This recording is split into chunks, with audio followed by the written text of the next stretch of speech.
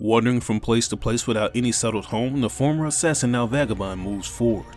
He seeks atonement for his sins and strives to become a hero. But a hero desires a sword, and a sword desires truth. So he discards his old ways, abandoning his guns for blades. His name is Drift. This is his origin story.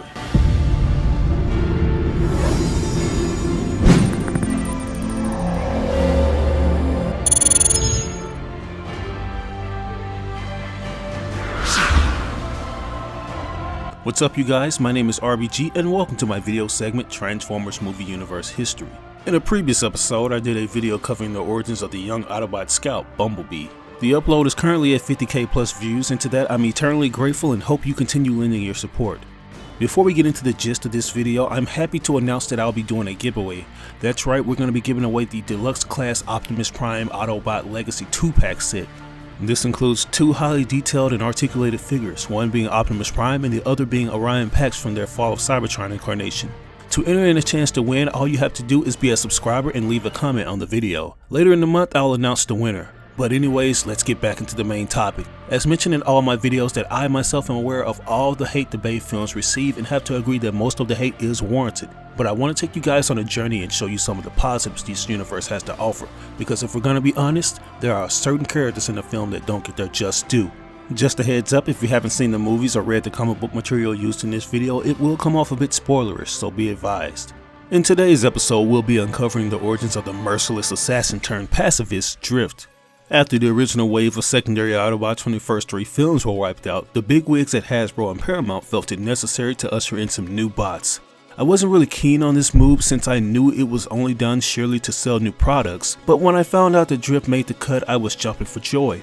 It's not that often that we get a fresh new addition to the live-action robot cast who's a new addition to the comics. It was not that long ago that this character was introduced shortly after IDW's acquisition of the TF Comics. Yeah, I know the purists are going to argue that Drift was featured way earlier during the Armada series, since the Minicon Dirt Boss was originally named Drift in the Japanese version. But you know how it goes with Hasbro's Western market. Name swaps aren't anything new to the game. And if the name didn't get dropped in the show, it gives creators the perfect opportunity to utilize it later for newer characters. Anyways, Drift is nothing short of awesome in the Bay films. Surprisingly enough, he's very similar to his comic book counterpart. I mean, yeah, from an aesthetic and cultural choice, it's a little offbeat from what I know about the character. I can't stress this enough, but I find it completely unnecessary when the movies give well-known Transformers accents that they originally did not have. But Drift is kind of an exception. If he traveled to Earth, it's more than likely that he'd adapt the Bushido, Way of the Samurai, and the thick Japanese accent works. He kinda puts me in the mind of a robot version of Rurouni Kenshin, a well-known killer seeking atonement for his action. Now admittedly, Drift has probably been one of the most forced aspects of the IDW comics, since we can't go without seeing him in any of the issues nowadays. If I recall correctly, the chief editor Chris Ryall has gone on record saying that Drift is to Transformers what Wolverine is to the X-Men, so I guess it kinda makes sense.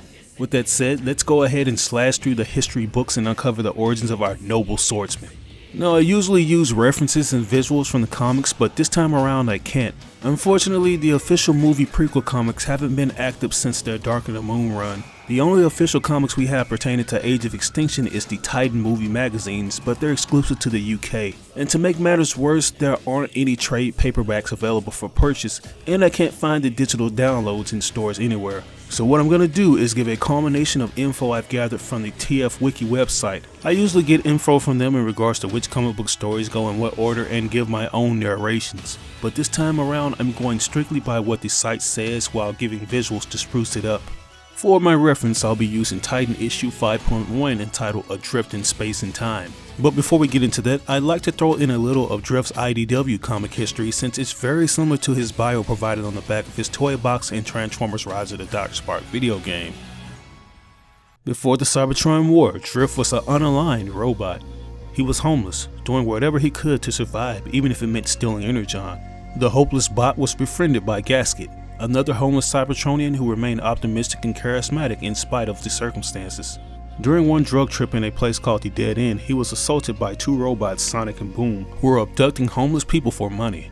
Drift was rescued by Orion Pax, who brought him to Ratchet's secret clinic in Rodion. Ratchet saved Drift's life and told the young robot that he could achieve great things in life if he tried. He could just tell that Drift was destined for something special.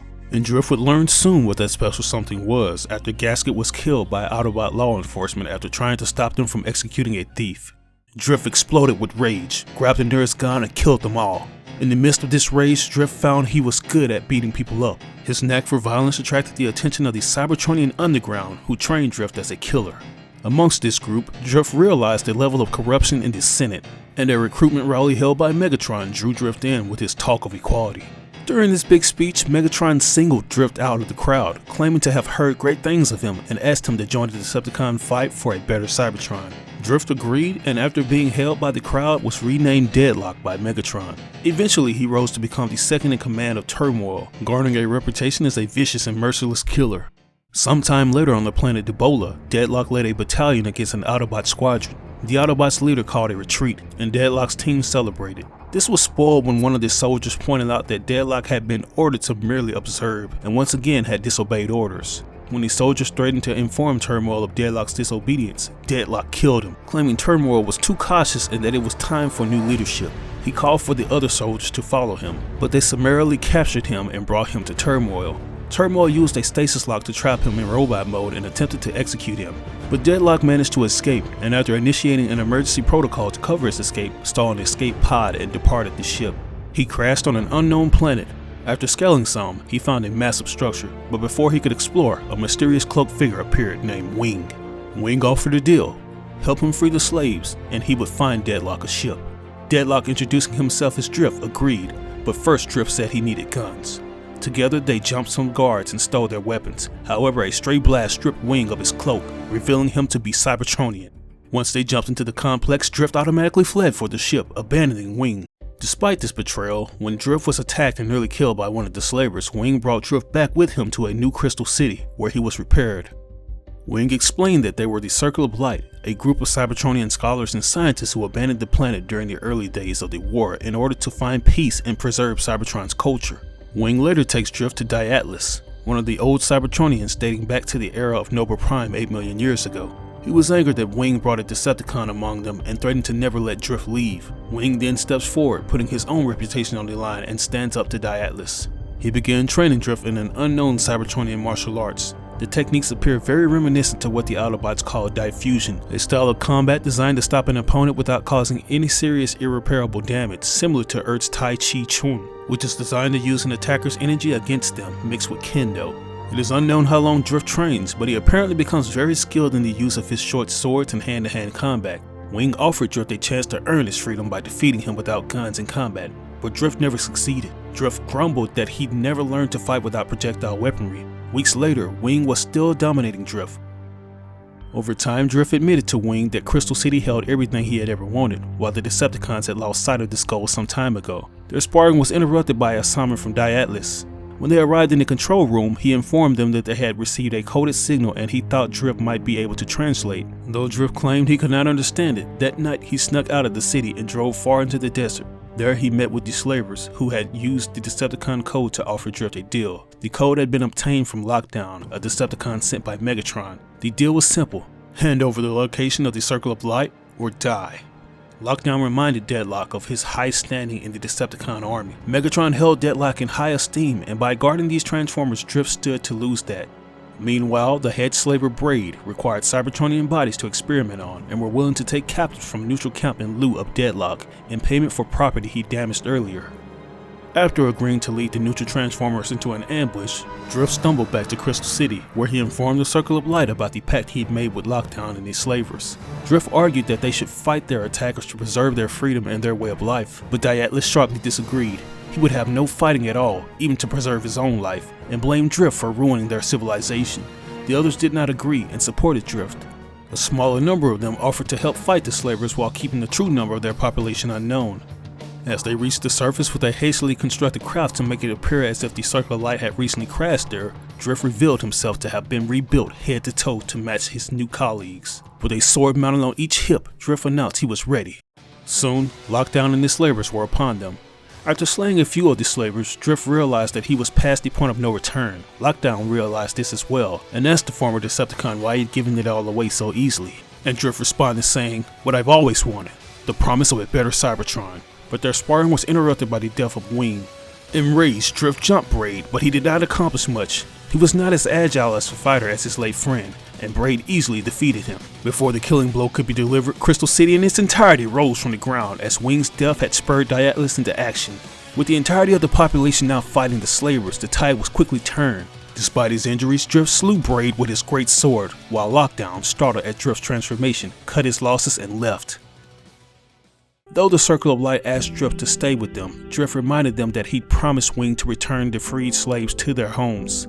As a gift, Drift was given Wing's great sword. These swords are extremely powerful, drawing the power from the wielder's spark through a connection born of said wielder's faith. A nexus mounted on the weapon's hilt siphons energy from the owner's spark, which then energizes the blade. The stronger their faith, the more powerful the sword becomes. Because of this, the weapon is only used as a last resort, as it can potentially result in the wielder's death. When Drift returned to the Transformer War to make right what he put wrong, he was about a few words and disciplined action. He since went on to be an enthusiastic spiritualist and a self-punishing crusader, all in an attempt to get away from the nasty parts of his personality that are still lurking within him. But to most, it didn't matter what his personality was like now. Because of his Decepticon past, he wasn't well liked or trusted by few of the Autobots and some of the Decepticons that think he was just lying about having changed. This hits Drift more than you might think, because at the end of the day, despite his loner attitude, Drift really just wanted to be part of something. Fast forward to the climax of the war, Drift would leave Cybertron for Earth and migrate to Japan. He admired everything about the culture, from the cherry blossom petals to the rising sun. He would start using forms of Japanese poetry called haiku to keep his spark at peace. 5 years before the Battle of Chicago, Drift had returned to Cybertron, leading a 3-con team with his friend Knucklehead and unfortunately Lockdown. While Drift wanted to take an Autobot outpost with minimal bloodshed, Lockdown thought this was sissy hippie crap and that they should just bomb everything, even though that would mean having no outpost to capture. Drift pointed out why Megatron put them in charge, so they'd have something left to rule. So the three of them snuck up the wall, surprised the Autobot guards, and with martial arts skill they disabled everyone without a shot being fired. But that's when Lockdown decided that he wanted to go ahead and let out a couple of pops. But Drift stopped Lockdown, giving him a chance to claim the guy was a traitor and kill him off. Knucklehead and Drift sent him down into a molten moat, swearing revenge on them both. Of course, he couldn't actually kill them while Megatron was still in charge, or the big boss would be unhappy. Drift then let the prisoners retreat with their wounded and was told that he'd make a fine Autobot. By the time of Chicago, he had indeed switched sides, and he was annoyed to be cleaning up the Ark debris on the moon instead of tracking down remaining Decepticons. Optimus was bemused that Drift was so eager to fight with his former allies. By this time, Lockdown, now in his old body, immediately murdered Knucklehead as soon as Megatron died. While grousing that the Ark was their last memories of Cybertron laid waste, the Samurai was horrified to find Knucklehead's corpse.